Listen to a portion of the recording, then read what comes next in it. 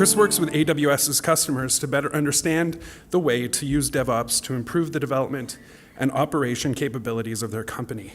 Prior to joining AWS, he worked for Etsy, Meetup, and Hinge. He's got a Bachelor of Science in Applied Networking and System Admin from the Rochester Institute of Technology. We're thrilled to have him here. Please welcome to the stage, Chris Munns.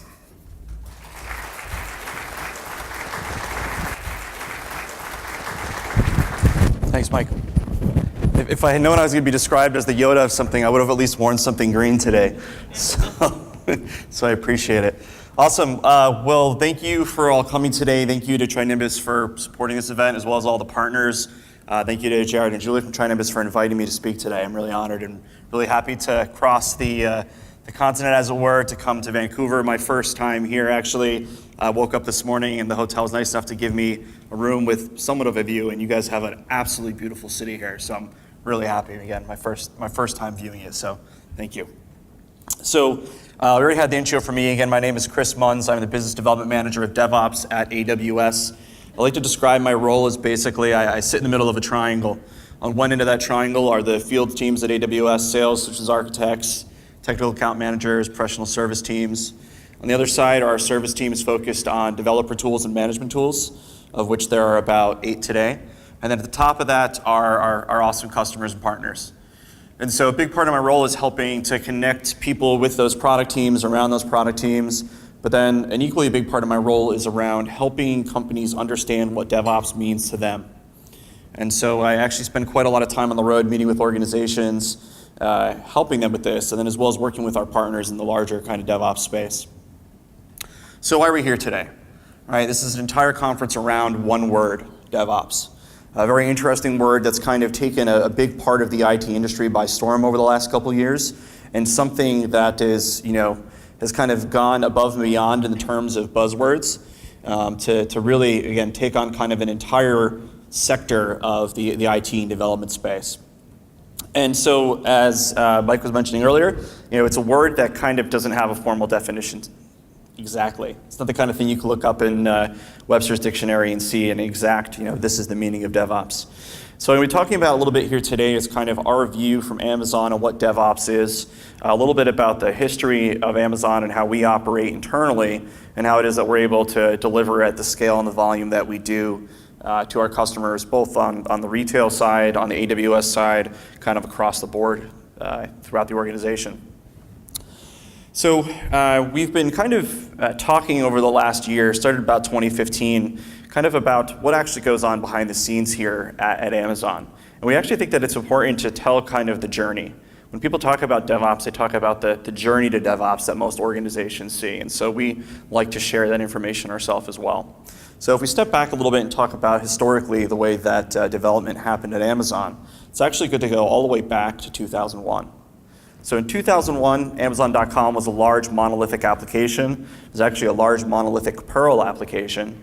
And so essentially, if you ever landed on Amazon.com, on the homepage, went to a search page, went to a category page, a listing page, found an item, added it to your cart, went through checkout, you pretty much were dealing with this one single large monolithic code base. And this one single large monolithic code base was being developed by one single large monolithic development team. And so what we had here were kind of the traditional struggles that many enterprises face today. A whole lot of developers working on one very, very massive code base doing lots of different things. You had shared database tables, you had shared pieces of the code. And as we were trying to cram new features and add new categories, and we had completed a bunch of M&A, and there was all sorts of stuff going on inside the organization, what we had was this one very thick, wide pipeline that it took a long time to get changes down. And I like to say that it's akin to not having too many cooks in the same kitchen, but having too many cooks stirring the same pot. And so everyone's adding their own ingredients. Someone's adding a little salt, someone's adding a little pepper, someone else is adding another bit of salt, another bit of pepper, and at the end of the day, the goulash didn't taste too good. And so we realized that in order for us to really operate at the scale and pace that we needed to, we had to make some changes. And so some people like to reference a kind of semi-famous Jeff Bezos edict that came out around this time about how we would change the organization. It really kind of focused on these 3 categories here: the developers, the application, and then kind of the tools that would allow us to move the organization and the application much, much faster. So we'll dive into kind of these 3 categories here. So the first is around how we broke up the application. So we took that one large, big, monolithic application and we started chipping away at it. And so what we did is we chipped away various components into single-purpose applications or services, if you will, that connected to each other only over APIs, got rid of the concept of shared databases, shared database tables, shared data models, and moves it to an entirely API-driven type of interface. And the third bullet point wasn't something that we dictated initially, but something that we very quickly consolidated upon, which was using HTTPS as the communication protocol. So no custom protocols, no socket things, stuff like that. And then we say that these services are largely black box to each other.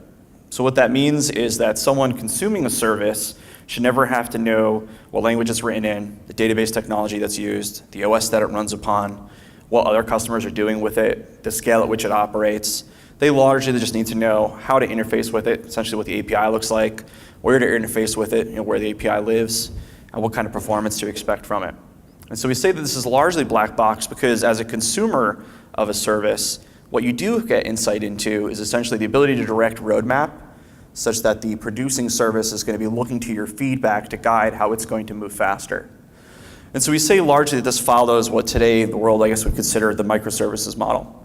So the Death Star-ish looking thing that we see here, and it's actually great that we're having a Star Wars theme, this makes it a little bit easier. The Death Star-ish looking thing that you see here is actually a representation of all the services inside of Amazon circa 2009. So there's a lot of dots up there. And there's a center of gravity to this that represents, common services, things like authorization and authentication, things like that. So, 8-year transition from that 2001 monolith to this diagram here in 2009. And my understanding is if we were to remake this today, it would actually be about double the size, and so it would probably just look like just one big sphere. So it's a lot less interesting of a diagram if I actually just had a Death Star up there versus what we have here today. So this microservices term, interesting thing, it's popped up maybe in about the last 18 months to just about maybe 2 years here in the industry. Really kind of a hot topic around how people are thinking about building applications. We think it's important to talk about it in comparison to service-oriented architecture, which is something that's been around since the late 90s. And so when we think about microservices versus service-oriented architecture, what we actually initially think about is kind of the coarseness of it. So service-oriented architecture, kind of larger application chunks. When we talk about microservices, we're talking about really, really, really small services that are being built by organizations today. And we've got a couple examples later on, but one really great one is from a AWS customer, Gilt.com. Gilt moved from a monolithic Ruby app to about 300 to 400 microservices, where each of those services is in the hundreds to maybe low thousands of lines of code. And they actually run them typically on somewhere between 2 to 6 instances, and those instances are all part of our T2 family class. So we've got a couple hundred microservices running on the smallest instances that we have at a very massive scale in terms of the sheer number of them. So really, really fine-grained type of services. And so we want to think about some other comparison points here to it. So beyond the coarseness, again, there's the way that they communicate. So in a microservices world, we try to highlight simple wire protocols, things like XML and JSON, getting away from complicated middleware, enterprise service bus type of technologies or methodologies to, again, making it such that these services are very, very, very loosely coupled. And so this is a model that we've followed at Amazon now for going on almost 15 years. So the next thing that we did after we broke up our services is we needed to break up our team. Essentially, what you really struggle with is if you have one large engineering organization trying to build very small pieces of software, it doesn't really work out well. And so people will talk about this thing called Conway's Law, which is a much bigger topic than we could probably talk about in a single session today. But essentially it has to do around how the way that an organization is shaped will greatly model the products that they build. And so what we realized is that we had to really reshape the way that the organization was in order to support this methodology. There's also all sorts of sociology and psychology to size of groups and where communication breaks down and people who are at the ends of the bell curve in terms of producing more, producing less, and so forth. And so what the two-pizza team model really works out to be is the idea that any team that's working on a single problem should be fed by 2 pizzas at lunch. And so you might, after a number of rounds on a Friday night, challenge yourself to be a 2-pizza person. But again, essentially this means about 6 to 8 to maybe 10 people on a team working on a single problem. And now these people that are working on this problem have full ownership, full accountability over that problem, and then aligned incentives. So for them, the success of this project or this service or whatever it is that they're building very, very tightly aligns with their success inside the organization, such that they're going to be reviewed on the overall success of the service that they're building at the end of the year. And so we say that this also very tightly follows a DevOps model. We'll talk about that a little bit further in this as well. So what does this mean? How do these two pizza teams work? We don't refer to ourselves as two pizza teams. From the engineering side, the teams talk to themselves as being service teams. Service teams own or build what are known as primitives. So primitives are these kind of microservices that make up other services. So if you look at a service like EC2, there's dozens of primitives that make it up. If you look at some of the smaller services, there might just be a handful. And so what that means is that something like EC2, again, is made up of dozens of two pizza teams. So each of these two pizza teams owns all of the product planning and road mapping, all of the development support, and all the operational or client support for the products that they're building. And so essentially, they have to constantly battle with working on developing new features along their roadmap and handling the operational support of that service that they're building. And so there's kind of a carrot on a stick, if you will, to keep people motivated to doing really smart things from an operational perspective such that they can meet their goals on their roadmap and development perspective. And so we say this is very much the you build it, you run it type of methodology for how we operate. And then lastly, these different service teams are grouped throughout the organization based on certain needs or certain common technologies that they're building. So for example, we would hopefully never have anyone on the Kindle team trying to build a large-scale internet storage service, just like we would never have anyone on S3 trying to build an e-reader. There would be a pretty massive breakdown in communications if that type of a thing was happening. So a couple of common questions that come up in this two pizza team model. The first is, who does QA? And the answer in this case is the two pizza team. So there is no silo designated QA organization at Amazon sitting there waiting for developers to pass the code over the wall to them. So the next question we'll get is, who does on call? And I kind of hinted at this already, but the answer is the two pizza team. So that 6 to 8 to 10 person team is going to be part of a pager rotation and kind of sharing the brunt of the operational workload. Well, then what people will say is, well, that's interesting. So if they're not doing QA, or they're doing their own QA, they're doing their own on-call, well, what does operations do in this situation?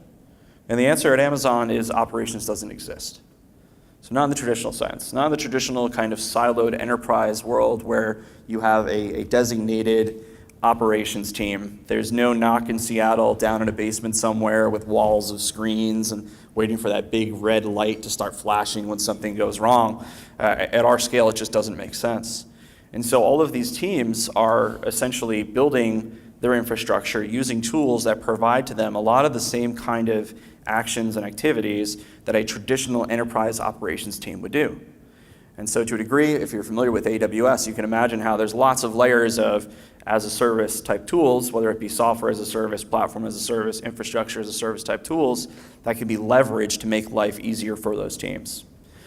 That said, it doesn't mean that we don't have people in the organization that have much more traditional operations backgrounds. There's this big kind of key topic that's talked about these days when it comes to recruiting of a concept of a full stack engineer. And I find it to be kind of a harmful word in the industry, because what it does is it highlights this concept that you could find some magical unicorn leprechaun person that knows everything from low-level TCP networking through advanced UI front-end design and everything in the middle around database tuning, OSs, back-end programming, and so forth. And I could say that the entirety of Amazon's engineering organization is not made up of those kind of people. So what are we made up of?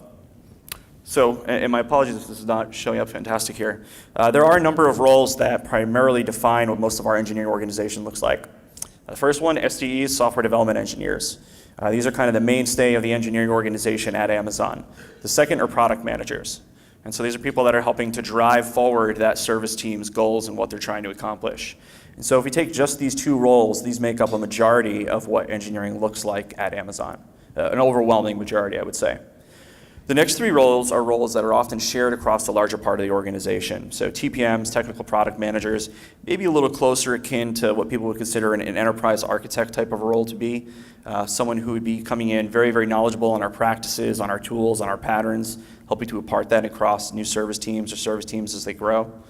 SEs or systems engineers, maybe a little bit closer to a true operations person that might exist on a team. People typically focused on infrastructure, on tooling for that infrastructure, on helping teams with scale issues and challenges like that. And then lastly, SDETs, software development engineers focused in testing. So this is maybe the closest thing that you would get to a designated QA person inside of an Amazon team.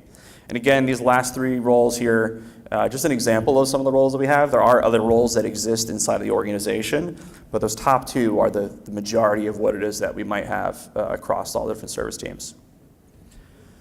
So what we'll hear from people is, well, this sounds like a whole lot of kind of freedom, right? You've got these various different two pizza teams operating at scale. They own their own roadmap, they own their own development, they own their own operations, they own their own client support. How do you keep some sort of quality bar associated for this? And so we hold these teams to very, very high standards. When you come into Amazon as an employee in the engineering organization, you go through very thorough onboarding, very thorough training. You get to learn where our tools are. You get to also learn where to find more information, which is maybe one of the most important things. We know that in a developer bootcamp, we're not going to be able to give them the knowledge of 20 years of experience that we have at Amazon, plus the thousands of services that we have. It would take a year for us to get someone to even understand half of it. So imparting people to understand where they can go to find more information is a really big key part of the ramp up for a new developer. The next thing is that we do have the benefit of having a lot of patterns and practices already defined for us at a pretty large scale. And so it's very easy for us to turn and apply these patterns commonly over and over again. Not every developer at Amazon is solving massive distributed computing type problems. Many of them are just writing APIs, web backend processing, UIs, mobile applications, and things like that. The next point here is that the product managers, one of their primary key things that they end up doing is regular business and technical metric reviews. So this is actually something that's pretty different in the world of developers typically. Most developers don't know the business metric reviews that are resulted by the applications that they're building and the changes that they're making. They might know technical metrics.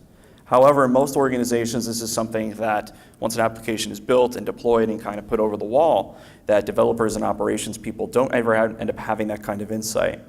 In this case, the product managers are weekly creating a document essentially representing things around business metrics, again, technical metrics, what's going well, what's not going well, what types of roadmap things are coming out, what types of roadmap things might need to be adjusted.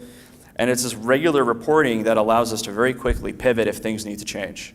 So for some reason, a team maybe is overcoming operational issues and they're going to miss roadmap deadlines. We're able to much more quickly adjust anything that might be related to that, versus if we were doing it, say, monthly or quarterly, where at that point we would be so far beyond where we need to be that it would be difficult to get ourselves back on track. Next thing we do is regular sharing of new things. So you come into the organization, you get onboarded to what we have today. What about what we have tomorrow? And so as part of this, we do a lot of information sharing, kind of like Friday lunch and learn type things. We're regularly recording sessions for training, broadcasting them throughout the organization, and then making those recordings available internally after the fact so that you as an employee of Amazon can go and find information. And then the last point here is, so if we're going to give people the ability to be ramped up when they come in and understand where we are today, we're going to attempt to share information about what we're building and what new things are coming out tomorrow. The other thing that's really important to do is have introspection on the things that don't go well. At our scale, there are things that don't go well sometimes. And so what we want to do is make sure that everyone learns from those issues. So we have a process called correction of errors. It's essentially our post-mortem process at Amazon. We follow things like 5 whys and a couple of other things, and it's very structured, internal kind of a portal for this. And out of this, almost any team in the organization could go and view these post-mortems and say, you know what, we're following this exact same pattern that this team did, and they had this engineering issue. We can actually follow their remediation items to solve our problem and prevent this failure. And so it's by sharing this information about things that go boom sometimes that we're able to get in front of it happening again by other teams at our scale. So we split up our teams into 2 pizza teams. We split up our application into these microservices. What was left was tooling. So we realized pretty early on that we actually had to have people focused on tooling. And I think this is one of the things that most enterprises, most organizations today don't spend enough time on. The idea that you need to have people that are providing the tools to the organization so the organization can produce their product. And it's funny if you compare software organizations to, say, organizations that are actually building physical products, where they've got warehouses and factories. Those companies have huge teams dedicated to factories, huge teams dedicated to manufacturing processes, and it's a very regimented type thing.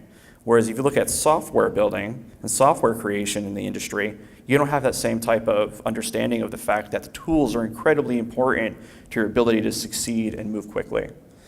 So we took part of the organization, again, these two pizza teams, and we had them focused on building tools for the rest of the organization.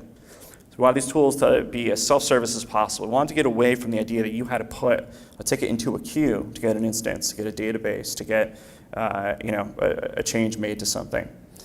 We wanted these things also to be largely technology agnostic. So while we were a large Perl shop, we were moving towards doing things like Java and C and other languages. We knew that in the future, and probably the not too distant future, there'd be a new technology that we wanted to use. And so we didn't want to build all of our tooling tightly coupled around the technology that we're moving to today, knowing that in a year from now that could drastically change. So we wanted to make these things very, very, very agnostic to the future. That said, we also wanted to encourage best practices. And so I like to give the example of guardrails on the side of a highway. We want to allow the development teams, the product teams, to take their car and change lanes, to speed up or slow down. What we want to do is keep them from driving into a ditch. Now, one way that we could do this is we could give them a one-lane highway and put very tight guardrails on it, or maybe build them a monorail to get from A to B. But this is not going to give them the flexibility that they're going to need in terms of building product that they need to. And so we encourage best practices on our tools, and you see this in some AWS tools today. If you look at Elastic Beanstalk, for example, when it builds an environment for you, it gives you a bunch of preset standards that we expect in terms of security, high availability, and configuration. So we do the same thing with our internal tools. And then lastly, we wanted these tools to be very single purpose. And so I always like to make the example in comparison to Jenkins. I'm sure many of you in the room are familiar with Jenkins. If you're not, it's a continuous integration tool, open source tool, very, very popular. Great piece of software. What we see though is that many organizations running Jenkins, what they do is they have Jenkins, and then they've got about 100 plugins that they put into it. So at the end of the day, this one single purpose tool now looks like a Swiss Army knife about as wide as your arm, and it's got an attachable blender, an attachable toaster, and a microwave, and a grill, and a flamethrower, and a V8 strapped off to the side of it. And it becomes this thing that's very difficult to maintain, very difficult to scale, difficult to operationalize, and you either have to buy into the entire thing, or a development team is kind of left in the dust. So we wanted to make these tools also, much like our services, be very single purpose so they could be plugged in together. And again, this direction is a big part of what led to AWS existing to a degree.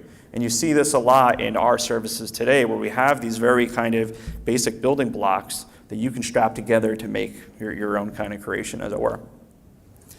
So one of the first tools that we built was a tool called Apollo. Apollo is a deployment tool.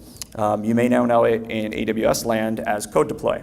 So in 2014, we launched, or we AWSified an internal service, if you will, and launched it as Code Deploy. But Apollo is a tool used by pretty much every developer at Amazon who deploys code onto a host, virtual or physical or whatever. And what it does is it now allows for no downtime deployments, rollbacks, artifacts management, health checking, a number of really great smart things around easily deploying code. And just by moving the burden of developers having to figure out how they were going to deploy their code, there's massive benefits to that. So we started with this, and again, Apollo's been around for well over a dozen years now. And we were moving forward, and we had done this introspection. Things were going really well for us. And so the teams were delivering products faster and faster and faster, and this was great. But we still felt that there might still be some room to improve. And at Amazon, we tend to look at ourselves very often internally and question, is this the best way to do things? Can we do it better? And so in 2009, we actually ran a study to look at how development was going at Amazon, again, given that we were moving at a much faster rate than we were back in 2001. And so what we found is that we were spending a lot of time waiting. Developers were writing code and then waiting for it to go get built and get tested.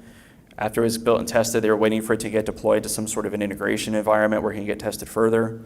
And then they were waiting for some sort of a deploy to production such that they can then go and iterate upon it. And so what we had was minutes of work followed by hours, or if not days, of waiting. And so the entire process from ideation, if you will, to production deploy was something that was taking us weeks. And we said, this isn't good enough for us. We know that we can get this way, way, way down. And given that the raw work being done is minutes, how can we, or maybe even hours, how do we shrink this entire process down to hours? And so in looking at this and trying to figure out what we need to do better, what we realized is we had to continue to invest into our tools to make this better. So we built a tool called Pipelines internally. Pipelines is a continuous delivery tool, another tool that is very single purpose, very much also something that is very self-service, and also something that's very much encouraged to developers, the organization, to use. So it's used by almost everyone building software inside of Amazon, whether they're building a web app, a mobile app, a Alexa skill, code for fulfillment centers, whatever it might be. Pipelines is going to be that orchestration tool. And so we got a lot of benefits out of building pipelines. Development was much faster because we were automating the process, kind of everything from check-in through build and test, through potentially deploys, through various different environments. It was far safer, right? Because we were speeding up the process and applying testing more frequently, we found that we were able to catch bugs more quickly and therefore remove them from ever getting in front of our customers' eyes. It was consistent and it was standardized. So any developer could go to any other team's pipeline and very quickly understand how it was that they were structuring their software development. And so lastly here, there was a visualization aspect to it. So it was very quick to visualize, okay, this team has a 10-stage pipeline. These are the actions in it. This is what they're building. I all of a sudden now know more about their process and their application. So this was pretty cool. And this helped us move much, much, much faster. And so we had now our 2 pizza teams writing microservices, building on a pipeline that was highly automated, continuous integration, continuous delivery happening. So we had a much, much, much faster pace of delivery that we were able to do. And actually, another aspect about this is that, again, we look inside of at ourselves every year, basically, and review ourselves. And so we have a technical survey that gets run every year. And in 2014, one of the really interesting tidbits that came out of it is that the only tool that we had built internally at Amazon that statistically tied back to happier developers was this pipelines tool. And what we found was the teams that were practicing continuous delivery were overall happier, and then we also knew they were more successful. We actually had statistical data to prove this, which is something that I haven't really seen in the industry come out at scale before. So if we take all of this into account, where we've got thousands of 2 pizza teams operating, globally, building code in this microservices fashion, really small services, again, lots and lots and lots of them out there. Remember that Death Star image. Practicing continuous delivery. So check-in happens, code is built, tested, propagated out through various different environments, again, across those multiple environments. So dev, staging, pre-prod, prod, region A, region B, region C, et cetera. What it means is that in 2014, again, the same year that we found that pipelines was technically making our developers happier, was that we actually did 50 million deploys that year. So 50 million deploys is a lot of deploys. Works out to be about a deploy per second of every minute of every day of the year globally. Essentially, in the time that I've been talking, there's been probably several thousand deploys that would have happened if you follow this theory of this pace.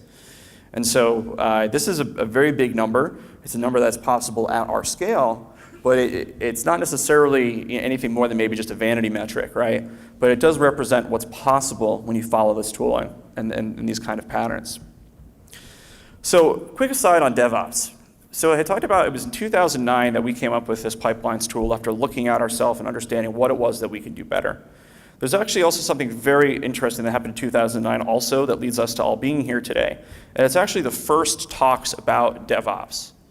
So there was definitely this kind of bubbling going on in the industry at this time at very tech-savvy, cutting-edge organizations around the need for there to be a way to move faster, a need to move quicker. And so what you have is talks like the one done by John Allspaw back at, I believe it was Velocity in 2009, the first time that really someone talked directly and put the words dev and ops and a heart together. And I had the honor of getting to work with John at Etsy for a couple of years. And so this was really early days, right? So 2009, this is now almost 7 years ago. And so when I'm telling you today about what we did at Amazon with pipelines, today sounds pretty straightforward and basic. 2009, this was tip of the spear. No one was really thinking about things this way. And what we've seen obviously here is just an explosion in the word of DevOps. So what is DevOps? So I purposely didn't start my talk with a what is DevOps definition type of a thing. We here at Amazon have a very, maybe unique, maybe not unique, but a pretty firm direction and definition for how we think about DevOps. I would say it's a combination of three things: cultural philosophy, practices, and tools. And I like to make the analogy of a three-legged bar stool. These here are the three legs of that bar stool. If you get rid of any one of them, you're going to have a lot of trouble sitting on that bar stool, especially if you challenge yourself on a Friday night after a number of drinks to be a two-pizza person. But essentially, if you as an organization are focusing on just two of these three, you're not going to be able to do DevOps well. And so if we dive into each of these real quickly, and these are things that you're probably hearing from other talks and other places in the industry. So from cultural philosophy, there's a big aspect of DevOps about tearing down barriers, essentially moving the barriers between teams and removing the barriers between processes. What you saw in the pipelines example is us removing the barriers between processes and people by automating a process and turning some of the responsibility back over to the developers. There's also this aspect of enabling the smart people that you hire to do good work, right? When we hire new people in many organizations, we bring them in and we immediately throw at them all of the red tape and all of the blockers and kind of all of our years of baggage that have caused us to create policies and governance and things that will essentially cap their ability to move at the speed that they probably can. So at Amazon, we focus really heavily on removing those blockers, and I feel that DevOps is also very much representational of that. The next thing here is around really aligning ownership, accountability, and responsibility to the right people. And then the inverse of this is removing some of that from potentially the wrong people. So again, my example about how we don't have a siloed operations organization at Amazon, I think what you see in many organizations still today, many enterprises, is the fact that you have this siloed operations organization that is responsible for the care and feeding of every application, of every component of the infrastructure, of everything that's technical.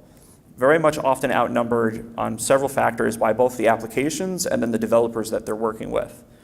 And so you see a lot of companies moving towards a model potentially where developers are handling on-call, where operations people are providing platform services. And so this shift in this balance really, really helps and really changes the dynamic a lot. And then lastly, it's around increasing visibility. If you don't have the ability to understand what the actions that you're taking are affecting in terms of the business, in terms of technical metrics, in terms of the overall success of what you're doing, you're really operating on nothing but a roadmap. And that roadmap will be based on potentially nothing really worthwhile to you beyond a rough business direction that an organization is taking. So being able to really tightly correlate business and technical metrics back to the actions that are happening is a really, really big key part of what DevOps is. On the practices side, things that we're probably all a lot more familiar with these days, continuous integration and delivery, kind of two cornerstone practices, if you will, of software development today, modern software development world. Infrastructure as code, something that is very kind of key and core to cloud computing, right? If you're logging into the EC2 console to launch your instances every day, you're doing it wrong. And ourselves, or wonderful people like the folks at Nimbus, want to make sure that we can help you get away from doing that and moving towards a much more automated infrastructure, a much more automated way of building and setting up infrastructure. Next point here that ties directly into that is self-service environments. So one of the key things that we did at Amazon by building these self-service tools was unblock developers' needs to basically go and ask someone to do some work to then turn around and give them a resource. So it's kind of a little bit about kind of turning procurement on its head. And this doesn't mean turning procurement on its head and losing cost controls or losing governance or losing standardization. All of that is possible if you're treating infrastructure as code. And so you can see how these kind of correlate directly with each other. And then the last one here is around microservices. And so we're seeing a lot of organizations talk about microservices today. There are whole conferences just on microservices right now. And so a really big key shift and change in how people are building applications. And I think we're probably just a couple of years off from formal computer science programs actually talking about microservices as an academic topic versus being something that is just happening at some organizations at scale. Lastly, it's tools that support the cultural philosophy and the practices versus it being tools that dictate these. And I think this is another big place where people in the industry right now are missing this, is they think, well, the model of if you build it, they will come. If I just throw a bunch of DevOps tools into my organization, culture will appear, and so will the practices. So Mike, am I okay on time still? Okay, great. I was wondering if you were coming up to slowly shove me off the stage, right? So it's, again, the tools that support these, not the tools that dictate these. So tools for your developers, right? Continuous delivery, continuous integration, pipelining tools, testing tools, code linting, syntax checking, security checking type tools. All these things exist. There are tools out there that will help your code be better, be less bug-filled, and be more secure. Right? Go and find these tools. They will pay for themselves very rapidly. Tools that offer up kind of consistent and predictable infrastructure management. So again, infrastructure as code type tools. Everything from low-level provisioning tools, things like a Terraform or a CloudFormation, up through host-based configuration management tools like a Chef, Puppet, Salt, Ansible, et cetera. Organizations that aren't using some combinations of these tools are missing out on this massive change in the ability to really just speed up your ability to get infrastructure out the door again in a proper way. The next point here, maybe one of the most important, is tools to measure what's going on. So metrics, monitoring, logging, and application performance. I'm actually very happy that Bill from New Relic is coming up here after me. This is an area that I think, again, many organizations underinvest in. Actually, I would say most, if not almost all the organizations that I meet, when I say, do you feel like you're doing enough in this space? They all say no. It's like, well, go out, talk to wonderful folks like the folks at New Relic and solve this problem. This is not something that you have to write your own software for today. But if you don't know how your application is performing after you make a change, and if you don't know how it's impacting your business, and if you can't find out what exploded right before the site went down, then you're going to basically have a bad time operating a large-scale or even small-scale application. And then lastly, in the security space, it's great that the folks from AlertLogic are here today, is that the tools that we have are from Trend Micro. Oh, and AlertLogic. Awesome. The tools that we have today in the security space are drastically different than what we had even 5 years ago.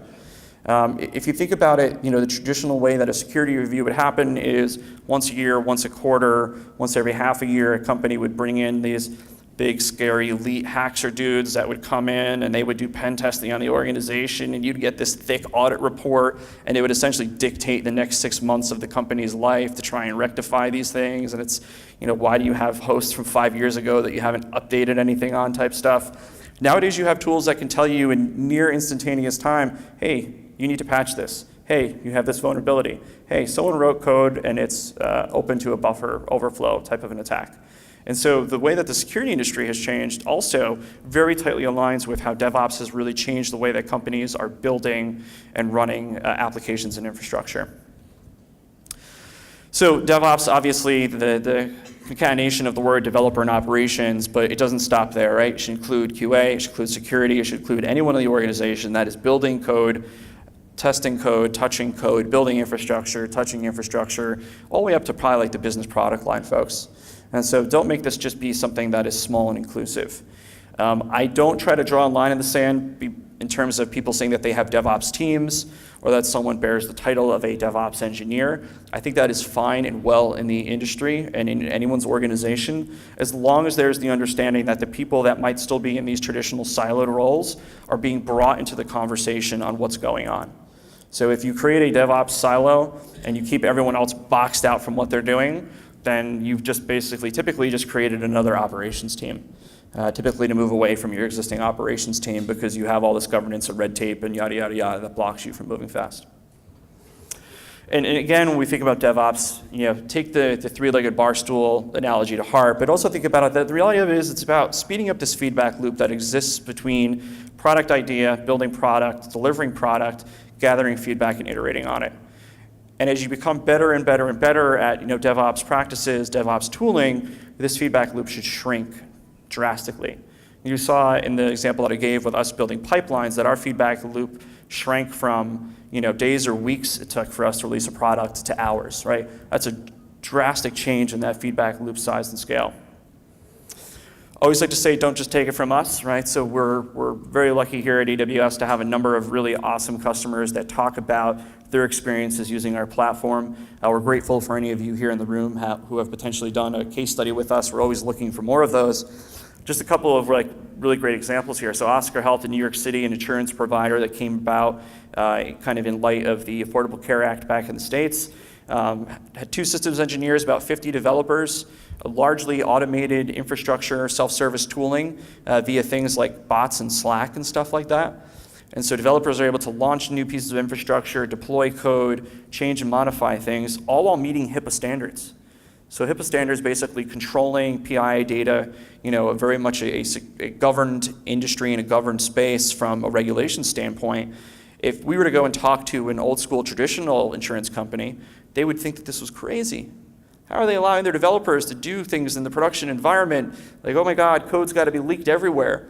But these are the things that are possible if you focus on the tooling and the practices. Airbnb, now I think technically the largest hoteler in the world, or almost the largest, without owning any physical property, which is again a pretty radical kind of idea. Very small operations team, very large infrastructure. And in the example here, there's a 200-to-1 ratio of instances to operations people.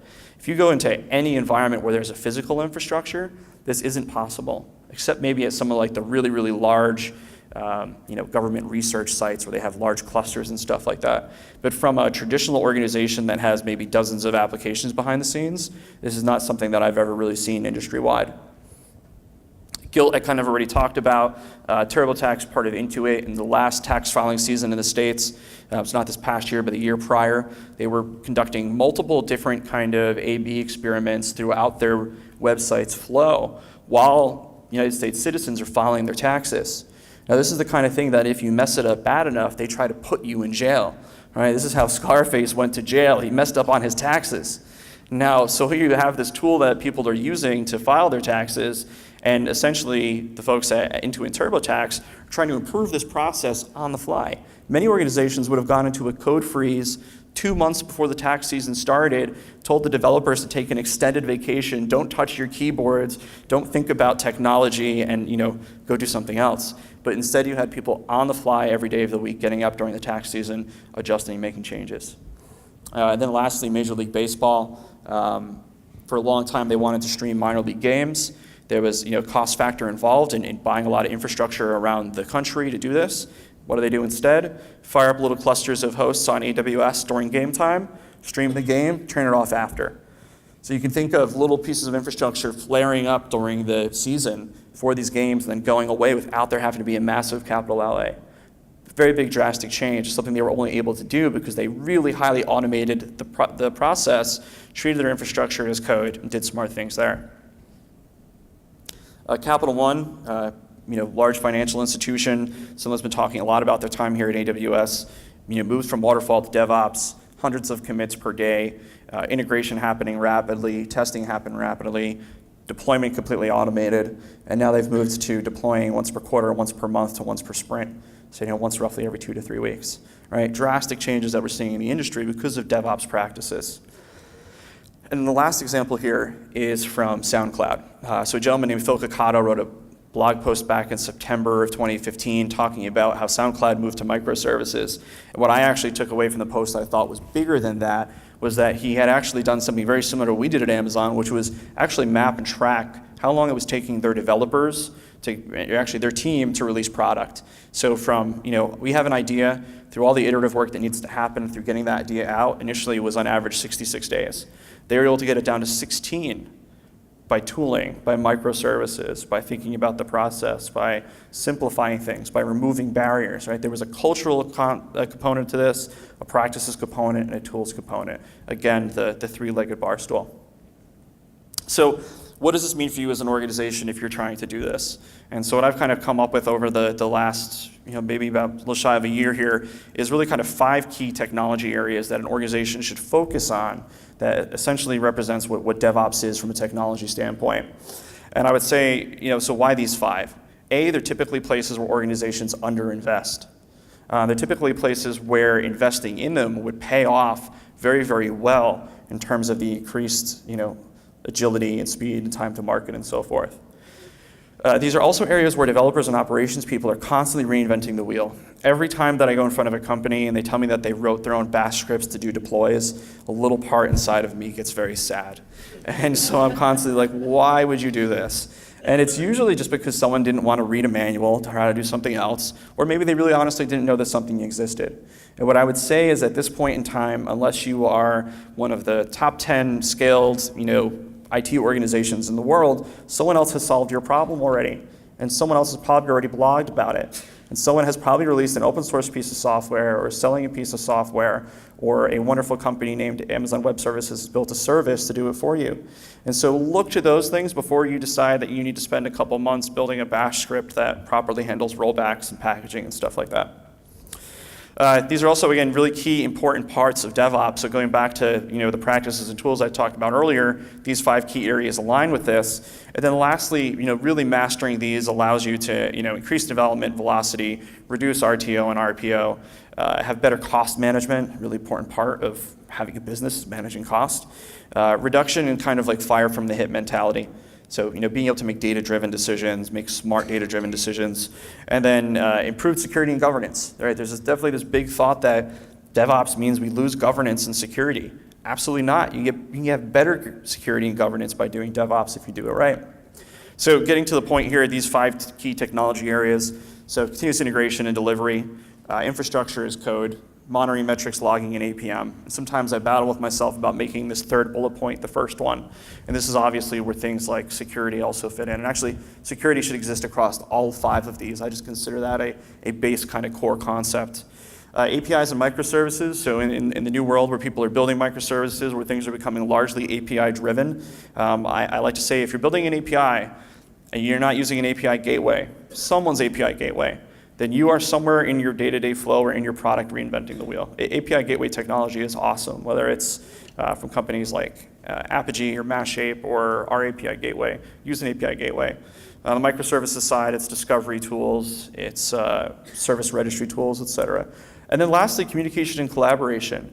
It's often that I'll find in large enterprises where there is one ticket or project management system that exists between product people and developers, one that exists between developers and operations people, and that one that exists just for the operations people.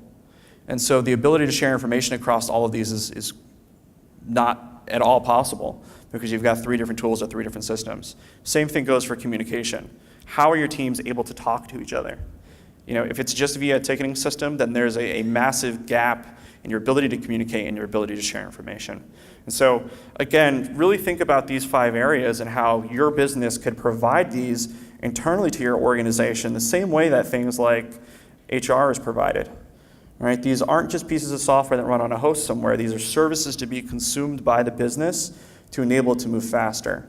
And if we go back to the example of the tools that we've built at Amazon over the years, it's by treating these things as core services to be consumed by the rest of the business that changes the dynamic from, again, them being just kind of things that someone runs somewhere and figures out for themselves. So we at reInvent this past fall announced something called the Amazon DevOps competency as part of our partner network.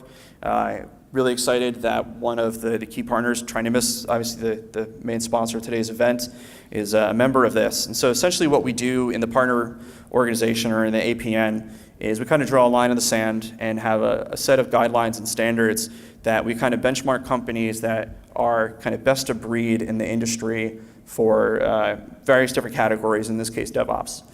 So on the ISV side, the categories that we represent today are continuous delivery and integration and then configuration management. And then we have a number of SIs and MSPs and stuff that have excellence in DevOps. And so I would say that if you're struggling to do this yourself, leverage your local SI or partner, which happens to be Trinimus in this case. And then from the technology standpoint, look to some of the solution providers that we have here on the ISV side to help simplify your ability to solve those 5 key problems. So kind of putting this here into closing, and I'm probably am I over time? Am I good on time? Awesome.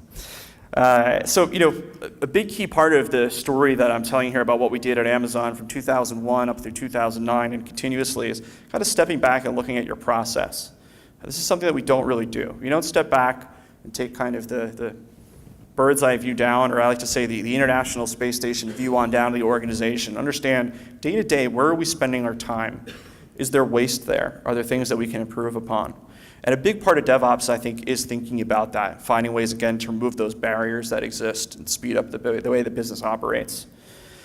By automating and as a servicing, whether that be infrastructure, software, or platform as a service, whatever you want to put as a service aftering, technology, tools, et cetera, in your organization, you could remove kind of the undifferentiated heavy lifting that exists in so much of what we do in the IT and development world.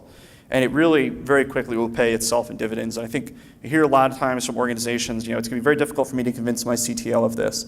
I think that there are a lot of examples out there around the investments that you can make in DevOps very, very quickly paying themselves off. And I know that we here at AWS are happy to kind of help explain the story and explain the benefits to anyone across any title or tier inside of an organization. DevOps, every company is going to have a unique culture. I talked about Amazon's. We don't expect every company to have 2 pizza teams and operate the way that we do. It's not possible at most companies' scale, and that's fine. But I want you to take away from that is kind of just the idea from how we're shaping things, from how we're aligning accountability and responsibility. Those are kind of the real key aspects. So even if you do have to have large teams working on problems, which I think still structurally is a challenge, it's really around realigning those, again, accountability and responsibility and ownership that will help you succeed better. And so while culture is something that's very unique, the practices, however, I'm seeing across the globe are fairly consistent. So think about how you're doing or dealing with those practices today. Really focus on owning them really well. And then lastly, it's the tooling that's almost to a degree the least important component of the 3 pillars of DevOps, but one that, again, people highly underinvest in. Right? Invest in this tooling, it will pay back, it will help kind of grease the gears, it will get things moving more quickly. And so, and then the last bit about the culture here is that if it isn't really driven from the top down, it is a struggle. Right? It is a difficult thing as a developer to say, okay, we're going to change the organization, and you're a frontline developer. And so I would say, again, try to encourage the people that might be in those positions to make those changes, to understand the benefits of what it is that DevOps can provide to an organization. So with that, again, I want to thank you all for your time and for coming out here. I want to, again, thank Trinimus for inviting me here. Very happy to be here. Thanks to our wonderful MC, Mike, for describing me as a Yoda. I haven't heard that one before, so that's kind of cool. I wish I could have delivered more of this in Yoda speak. DevOps you will do, maybe something like that.